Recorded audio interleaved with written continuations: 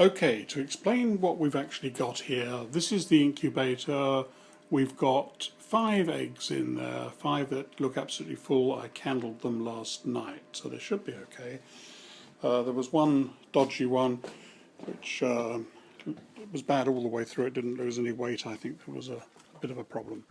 Now, coming out here, we've got this little box which we could use as a coop. They have it out in the garden.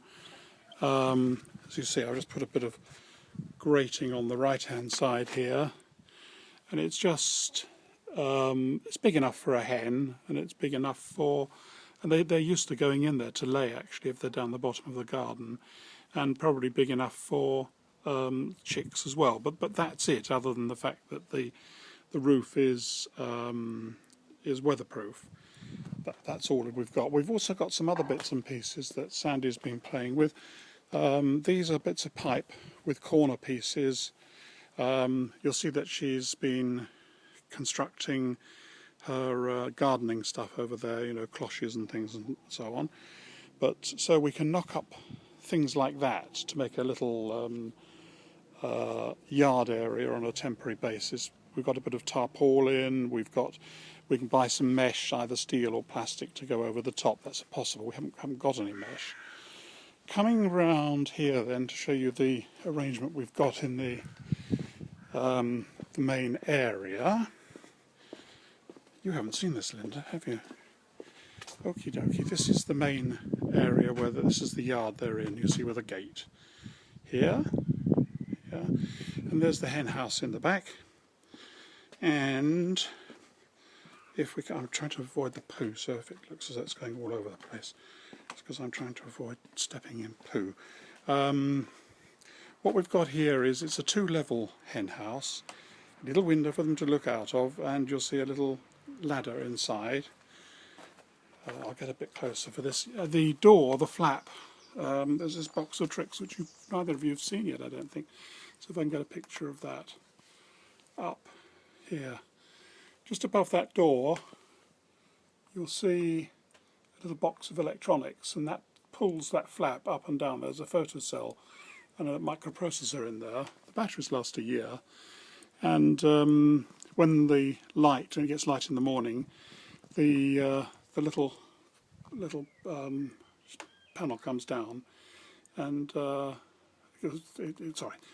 at night it goes down, and in the morning it goes up. And then the little hens, they pop down their little ladder here. We normally shut this door here every night, you see. So I'll come out so you can see it properly. So that door shuts to keep, you know, the bigger animals out. And if we're going to be away for the day, we just leave them shut up in there because they've got food and water around the corner. Yeah. At the moment we've just got bark down there. Now here is the nesting box, which is to the edge here, yeah. And I'll open it up and we're going to find one broody hen. Ooh, we've got some real eggs down there. There's our broody one, that's Elizabeth. Hello, say hello to Linda and Muff. Hello, Linda and Muff. You see there's a broody hen. And those are just regular eggs that we'll pick up later to eat. But she'll be sitting on a dummy at the moment. And so the thinking was that, I think that Sandy's spoken to you, she will just pop in once the chicks have hatched, 24 hours later I gather. Tell us if that's wrong. 24 hours later, when they sort of cleaned up in the incubator, at night, when she's nice and sleepy, we'll just pop in. She's quite docile actually, so there's no problem. Just pop the chicks in and take away the dummy egg, yeah? So, all right, bye-bye. Leave you in peace to your non-existent egg.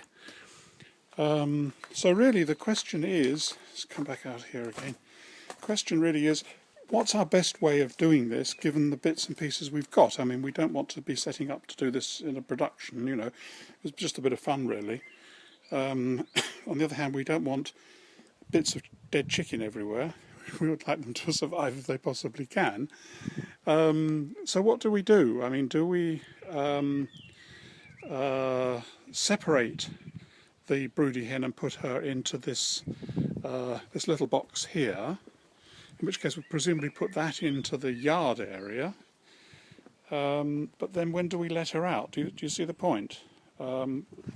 We've got a little water bottle, by the way, like a hamster water bottle, which can go on that grill on the right-hand side. Apparently that's good for little chicks, so they can take their water.